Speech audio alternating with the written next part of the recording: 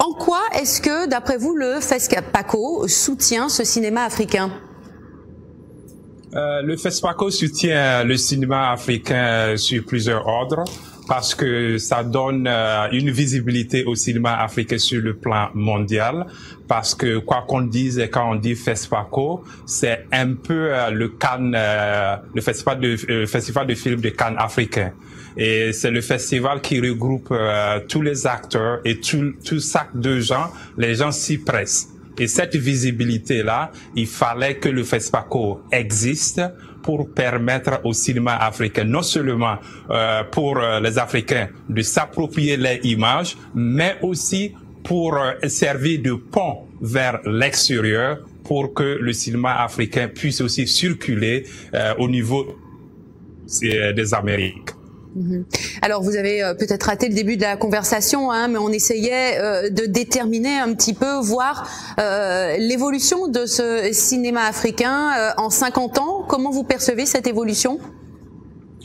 Pour moi, le bilan est tout à fait positif parce que il a fallu d'abord pour les Africains de s'approprier leur propre image parce que la plupart des images construites autour des Africains et de l'Afrique étaient plus sous le fait colonial, mais avec les Africains qui s'approprient l'outil cinématographique, on a commencé à raconter notre propre histoire, de notre propre perspective, et on a commencé à regarder dans le miroir. Et en regardant dans le miroir, on voit notre propre reflet. Et c'est vrai que non, après le cinéma africain a fait son chemin et durant les 10 dernières années, on a une certaine relève à travers la formation de jeunes réalisateurs sur le continent qui ont un peu à l'opposé de la première et la deuxième génération qui étaient formés principalement en Europe.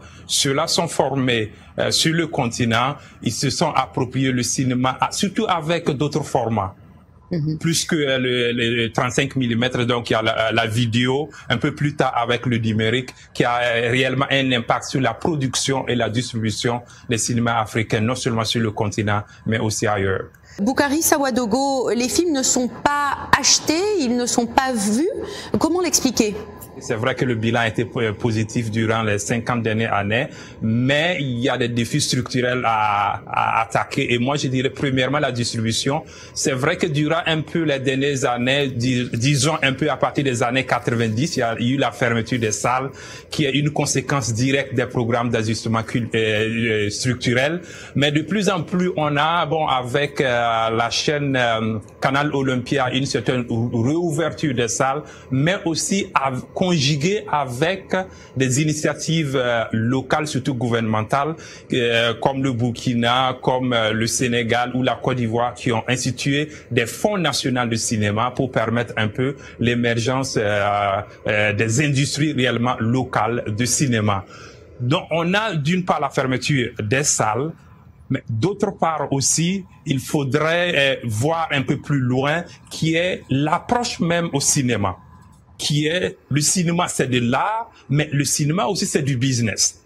Et il faudrait que cette composante business soit intégrée par nos réalisateurs et qu'ils agissent en conséquence. Nigeria, qui semble plutôt bien se porter, comment l'expliquer? Nollywood, c'est vrai que c'est un cas qui a été beaucoup étudié par les chercheurs pour comprendre en quoi ce modèle a fonctionné. Est-ce que ce modèle, est-ce qu'on peut répliquer ce modèle dans d'autres contextes?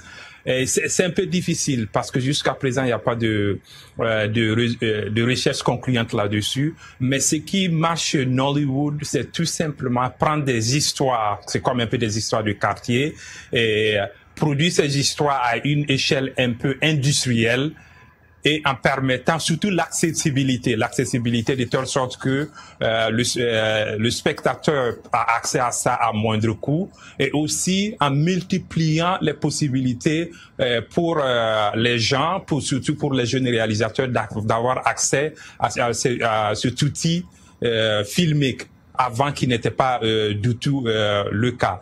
Donc pour Nollywood reste un cas à étudier, mais je pense que pour le cinéma, chaque pays, chaque contexte devra tout simplement développer un outil, une approche, une structure qui lui sont particuliers, qui lui réussissent beaucoup. Mais il y a un fait qui est indéniable, comme je le disais un peu plus tôt. Il y a le cinéma d'auteur, il y a le cinéma commercial un peu populaire. Il faudrait pas que ça soit un peu une distinction entre les anglophones et les francophones. À un certain moment, je pense que les deux ne sont pas mutuellement exclusifs. Le cinéma d'auteur et le cinéma commercial populaire, c'est un peu un clin d'œil envers nos réalisateurs francophones. Je pense qu'il y a un modèle de financement du cinéma qui se pose, qui est lequel. Est-ce que c'est un modèle de financement qui est basé sur le plan institutionnel et étatique, qui est un peu le modèle sur lequel le cinéma d'auteur a beaucoup fonctionné, mais qui présente beaucoup de difficultés présentement. Donc, il faudrait peut-être aussi qu'on ajoute cet aspect commercial. Boukari Sawadogo, je vous pose la même question. Que manque-t-il au cinéma africain pour pouvoir s'exporter à l'international? Est-ce qu'il y a un appétit dans le reste du monde pour ces films? Oui, le marché est là. Justement, essayer de trouver les canaux de distribution pour atteindre ce marché international. Je prends un exemple concret qui est... on a les grandes sociétés de distribution de Hollywood contrôlent presque 80% des salles, ça veut dire des distributions en salle. Donc, si le cinéma africain veut percer au niveau des distributions des salles au niveau mondial, ce qui veut dire que là, on aura beaucoup de difficultés, mais c'est pas impossible. Il faudrait utiliser d'autres moyens de distribution alternatifs, qui sont par exemple les festivals, mais aussi en utilisant le numérique. Par exemple, je prends l'exemple concret qui est mon cas à l'université.